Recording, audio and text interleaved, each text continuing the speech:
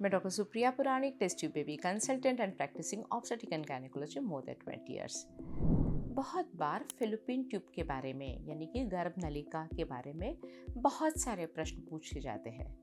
इसमें से बहुत कॉमन ये है कि हमारी गर्भ नलिका ब्लॉक्ड है, उसको कैसे खुलवाना। हमारी गर्भ नलिका ब्लॉक है ये हमें कैसे समझेगा, और हमारी गर्भ नलिका ब्लॉक रहने के बावजूद भी हमारे पीरियड्स कैसे आते हैं। क्या हमारी एक गर्भ नलिका ब्लॉक रहेगी तो भी हम कंसीव करने में हमें दिक्कत होगी। इस टाइप के तरह तरह के प्रश्न पूछते हैं, तो इन सारे प्रश्नों का मैं उत्तर देने का प्रयास करूंगी। सबसे पहले ये फैलोपियन ट्यूब होता क्या है। ये फैलोपियन ट्यूब एक छोटी सी ट्यूब रहती है जो गर्भाशय को और ओवरी को कनेक्ट करती है। जो ओवरी की साइड है वो एक्चुअली कनेक्टेड नहीं रहती, लेकिन ओवरी के पास वो जाके रुकती है। उस दौरान जब संबंध होता है तब पुरुषों के शुक्राणु वजाइना में रहते हैं। वजाइना से वो तैरते हुए गर्भाशय में आते हैं और गर्भाशय से वो गर्भ नलिका में जाते हैं, और वहाँ स्थित जो अंडा रहता है उसको वो फर्टिलाइज करते हैं और अपना भ्रूण यानी कि एम्ब्रियो बनता है। इसीलिए गर्भाशय की ट्यूब अच्छी रहना ये हमारे कंसीव होने के लिए बहुत ही आवश्यक है। जब हमारी ये गर्भ नलिका बंद रहेगी तो अंडे का और स्पर्म का मिलन ही नहीं होगा और कंसीव करने में दिक्कत आ जाती है और कभी कभी इम्पॉसिबल हो जाता है। तो आइए हम जानेंगे ये फैलोपियन ट्यूब ब्लॉक होने के क्या क्या कारण हो सकते हैं। सबसे महत्वपूर्ण कारण रहता है इन्फेक्शन।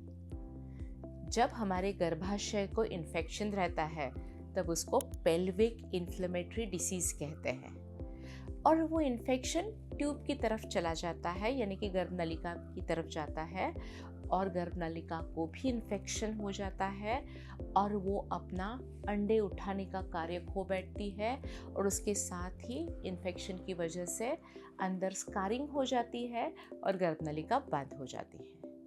कभी सेक्सुअली ट्रांसमिटेड डिसीजेस से इन्फेक्शन होता है और हमारी गर्भ नलिका बंद हो जाती है। सेक्सुअली ट्रांसमिटेड डिसीज यानी कि सिफिलिस, गोनोरिया, क्लैमिडिया इस टाइप के इन्फेक्शन रहते हैं, जिसकी वजह से हम हमारी फर्टिलिटी खो बैठते हैं। कभी हमारी पेट पे सर्जरी होती है तो सर्जरी के दौरान एडेजन्स बन जाते हैं, स्कारिंग हो जाता है, तो भी हमारी गर्भ नलिका बंद होने के चांसेस रहते हैं। इसके साथ ही कभी कभी हमें एंडोमेट्रियोसिस रहता है, जैसे हमारे पीरियड्स एंडोमेट्रियल कैविटी यानी कि गर्भ गुहा से बाहर आ जाते हैं वजाइना के थ्रू, वैसे ही हमारे पीरियड्स कभी कभी अंदर ओवरी में होते हैं या यूट्रस के सरफेस में अंदर की तरफ होते हैं। इसको हम एंडोमेट्रियोसिस कहते हैं, और इसमें भी हमारी गर्भ नलिका बंद होने के चांसेस ज़्यादा रहते हैं। कभी गर्भाशय का टीबी हो जाता है तो भी हमारी गर्भ नलिका बंद हो सकती है। अभी हम जानेंगे हमें कैसे समझेगा हमारी गर्भ नलिका बंद है। एक्चुअली सोनोग्राफी जब हम रूटीन करते हैं उसमें हमें गर्भ नलिका ओपन है या बंद है उसका पता नहीं चलता। गर्भ नलिका ओपन है या बंद है ये देखने के लिए हमें कुछ जांचें करनी पड़ती है, जो जांचें एकदम स्पेशलाइज्ड जांचें रहती है। उसमें से पहला है गर्भाशय का एक्सरे, जिसको हम HSG कहते हैं यानी कि हिस्टेरोसाल्पिंगोग्राफी, जिसमें हम योनि मार्ग के थ्रू डाई इंजेक्ट करते हैं, दवाइयाँ डालते हैं और एक्सरे में देखते हैं दोनों गर्भ नलिका चालू है क्या। कभी सोनोग्राफी के माध्यम से, जिसको हम सोनोसाल्पिंगोग्राफी कहते हैं, सोनोग्राफी के माध्यम से हम देखते हैं हमारी गर्भ नलिका चालू है क्या, जिसमें हम योनि मार्ग से डाई यानी कि सलाइन इंजेक्ट करते हैं, और सलाइन दोनों ट्यूब से बाहर आता है क्या ये सोनोग्राफी मशीन पे देखते हैं, जिसको हम सोनोसाल्पिंगोग्राफी कहते हैं। और तीसरी मेथड रहती है लैप्रोस्कोपी। लैप्रोस्कोपी ये एक सर्जरी रहता है जिसमें एनेस्थीसिया दिया जाता है, और एनेस्थीसिया देने के बाद छोटे से छेद लेके हमारे पेट में दूरबीन डाली जाती है और देखा जाता है हमारी गर्भ नलिका कैसी है, उसका और ट्यूब का रिलेशन कैसा है, अंदर एडेशंस है क्या, और गर्भ नलिका बंद रहेगी तो खोलने की कोशिश भी हम कर सकते हैं। एक सवाल बार बार पूछा जाता है, वो सवाल है कि हमारी गर्भनलिका बंद रहने के बावजूद भी हमें पीरियड्स कैसे आते हैं। वैसे देखा जाए तो पीरियड्स आना यानी कि गर्भाशय के अंदर जो अंदर एक लेयर रहता है, इसको हम एंडोमेट्रियम कहते हैं, एक परत रहती है जिसको हम एंडोमेट्रियम कहते हैं। एंडोमेट्रियम का बाहर आना, इसको हम पीरियड्स यानी कि मासिक स्राव बोलते हैं। इसका और फैलोपियन ट्यूब का कुछ रिलेशन नहीं रहता। फैलोपियन ट्यूब ऊपर रहती है और वो बंद रहती है, तो भी हमारे शरीर में हार्मोन्स के बदलाव के कारण, ओव्यूलेशन के कारण हमारे गर्भाशय के अंदर की परत बड़ी हो जाती है और कंसीव जब हम नहीं होते तो उसको प्रोजेस्टेरॉन नहीं मिलता, तो ये परत बाहर आ जाती है, जिसको हम महीना यानी कि मासिक चक्र यानी कि माहवारी बोलते हैं। तो माहवारी आने के लिए गर्भनलिका का बंद रहना या खुला रहना रिस्पॉन्सिबल नहीं रहता। दूसरा सवाल ये रहता है कि हमारी एक गर्भनलिका बंद है और दूसरी खुली है, तो क्या हम कंसीव कर सकते हैं क्या?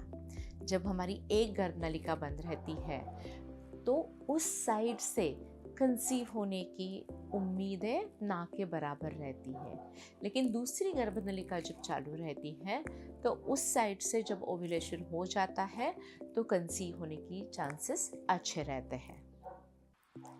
लेकिन एक गर्भनलिका इन्फेक्शन के कारण से खराब हो जाती है तो वो गर्भनलिका दूसरे गर्भनली के नज़दीक ही रहता है, तो उसको भी इन्फेक्शन होने के चांसेस रहते हैं और हमारी फर्टिलिटी थोड़ी कम हो जाती है। जब हमारी दोनों गर्भनलिका बंद रहती है तो नेचुरली कंसीव होने की उम्मीद एकदम कम रहती है। तो आइए हम जानेंगे, जब हमारी गर्भनलिका ब्लॉक्ड रहती है तो क्या ये हम नेचुरली खुलवा सकते हैं क्या? एक्चुअली नेचुरली हम उसको नहीं खुलवा सकते।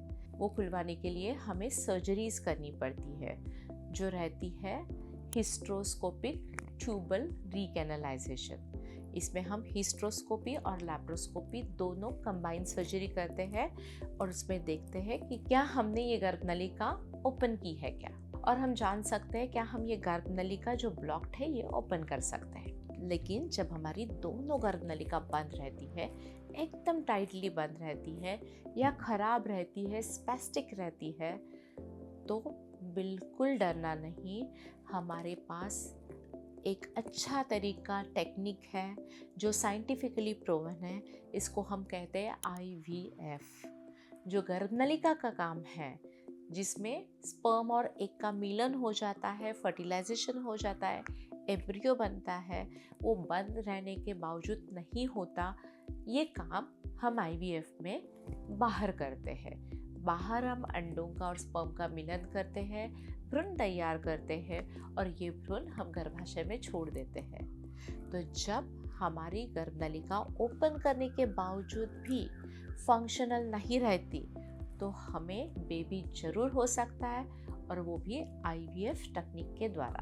आपको इस बारे में कोई प्रश्न रहेंगे तो हमें ज़रूर लिखिए, और हमारे ये gynaec, infertility, IVF related video ज़रूर देखते रहिए। धन्यवाद।